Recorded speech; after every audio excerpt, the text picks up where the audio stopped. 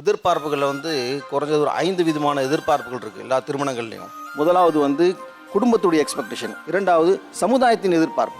சமுதாயத்தோட நான் ஒரு டாக்டர், நான் ஒரு லாயர், எனக்கு எப்படி பொண்ணு வேணும். மூணாவது கலாச்சாரம் மற்றும் நம்மளுடைய செல்வாக்கு. இப்போ அந்த ஃபேமிலியாக ஆர்டினரி ஃபேமிலியாக தெரியாது, ஆட்டோவில் இறங்குறாங்களப்பா, ஓகே, நம்ம ஸ்டேட்டஸ் இந்த மாதிரி ஸ்டேட்டஸை நம்ம உருவாக்குவோம். நாலாவது ரிலீஜியன். அவங்கவுங்க மதத்துக்கு அவங்கவுங்களுக்கு வழிபாடுகள் இருக்குது, கோட்பாடுகள் இருக்குது, ஆனால் அதை ஃபாலோ பண்ணுறதில்ல, அதுலேயும் மேனிபுலேட் பண்ணுவாங்க. ஐந்தாவது தன்னுடைய எதிர்பார்ப்பு. ஆண் எனக்கு இந்த மாதிரி தான் பெண் வேணும்.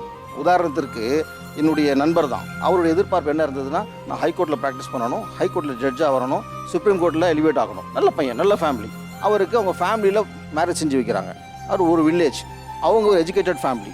அந்த ஃபேமிலியுடைய நோக்கம் என்னென்னா, அந்த வில்லேஜை உருவாக்கணும், பெருசாக்கணும், ஒரு ஸ்கூலை எஸ்டாப்ளிஷ் பண்ணணும், அங்கே இருக்கிற பசங்களுக்கு கல்வி கொடுக்கணும். அந்த பெண்ணை படிக்க வச்சாங்க, பிஎட் பண்ணாங்க, ஒரு காலேஜ் ஒரு ஸ்கூலில் போய் சேர்ந்தாங்க.